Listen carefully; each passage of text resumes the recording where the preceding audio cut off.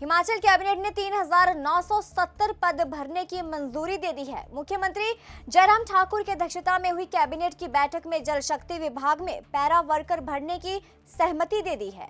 इनमें ठेकेदारों द्वारा संचालित लगभग 600 स्कीमों में आउटसोर्स पर तैनात कर्मियों को भी वरीयता दी जाएगी। वित्त विभाग पहले भी इसकी भर्ती को मंजूरी दे चुका है। पंचायती राज मंत्री वीरेंद्र कंवर ने कहा कि पंचायती राज विभाग में पंचायत के 379 पदों का कर्मचारी चयन बोर्ड के माध्यम से संविदा आधार पर सीधी भर्ती के माध्यम से भरने की स्वीकृति प्रदान की गई है। मंत्रिपरिषद ने पंचायती राज विभाग में कर्मचारी चयन बोर्ड के माध्यम से संविदा आधार पर सीधी भर्ती के माध्यम से 124 नवीन पदों के सृजन एवं तकनीकी सहायकों के 40 पदों को भरने की स्वीकृति प्रदान की।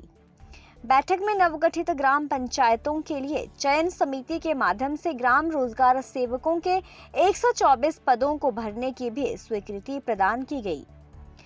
बैठक में राज्य आबकारी विभाग में पुलिस कर्मियों के 73 पद सृजित करने और भरने को स्वीकृति प्रदान की गई है, ताकि आबकारी, एनडीपीएस एवं अन्य नियामक कानूनों को प्रभावी रूप से लागू किया जा सके।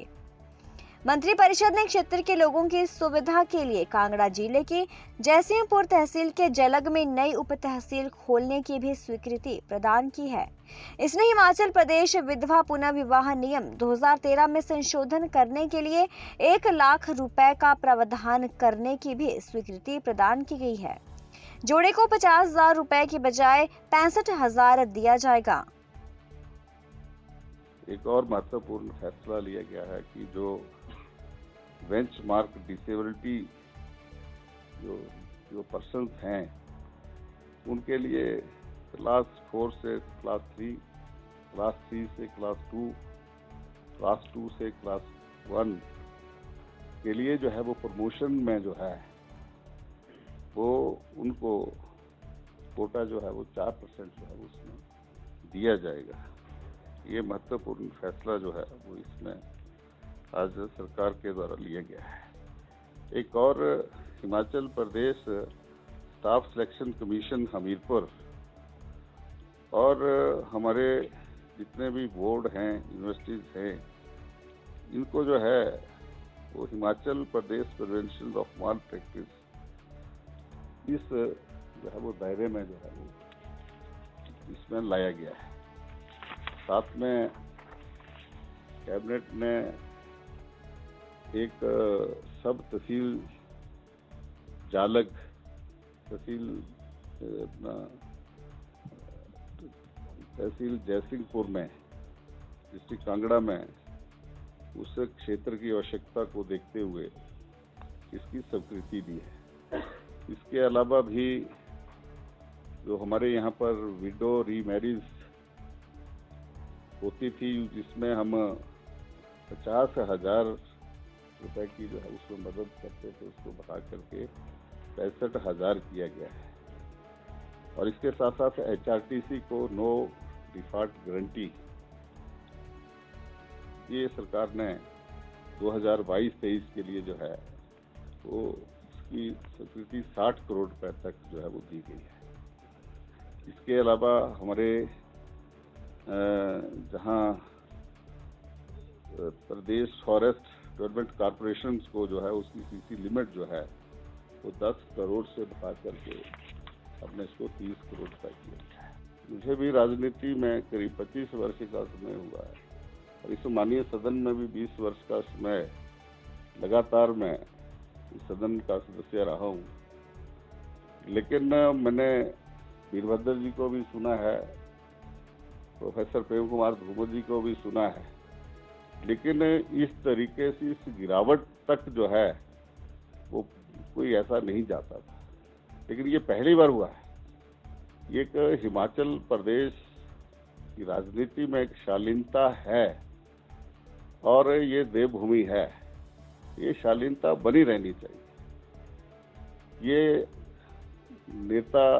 नेतृत्व का जो है वो एक विषय रहता है।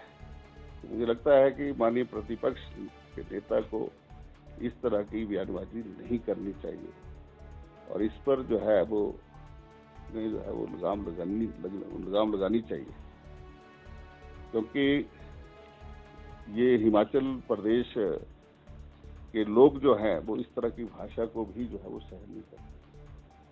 तो ये दुर्भाग्यपूर्ण स्थिति है, जबकि 124 अतिरिक्त पोस्टें जो है वो सृजित की गई है और इसी तरह से ग्राम रोजगार सेवक जो काफी दिनों से पोस्टें खाली चल रही हैं, उनको भी 124 पोस्टें जो हैं वो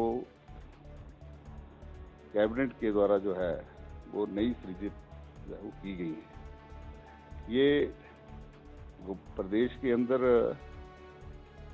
ग्रामीण क्षेत्रों के अंदर पंचायती राज जो है वो संस्थाएं जो है वो इससे सुदृढ़ होंगी, क्योंकि पिछले दिनों करीब 2018 में जब हमारी सरकार बनी थी, तो जहां हम 200 से 250 करोड़ रुपया हम मनरेगा में खर्च करते थे, आज वो बढ़ करके 1160 करोड़ हुआ।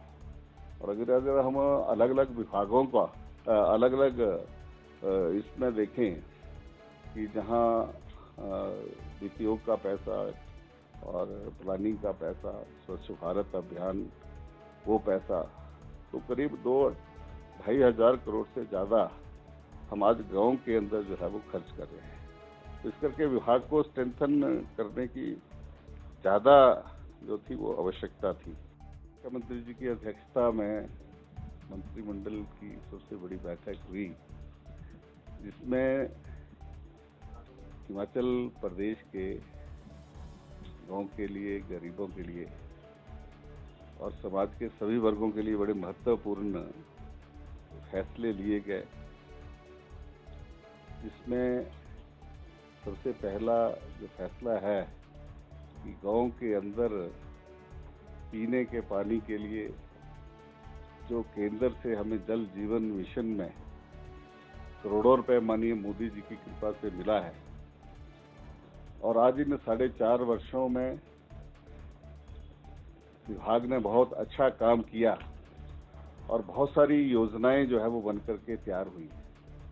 उनके रखरखाव के लिए जो कैबिनेट ने फैसला लिया है, 3970 नए पैरा वर्कर्स जो है वो रखे जाएंगे, और उसमें पैरा पंप ऑपरेटर जो हैं वो 1144 होंगे, 480 पैरा फीटर्स होंगे और 2344 जो है वो मल्टीपर्पज वर्कर्स होंगे। इनका रखरखाव जो है वो किसी ठेकेदार के द्वारा नहीं बल्कि विभाग के द्वारा जो है वो किया जाएगा। ये निर्णय जो है वो कैबिनेट ने जो है वो लिया है।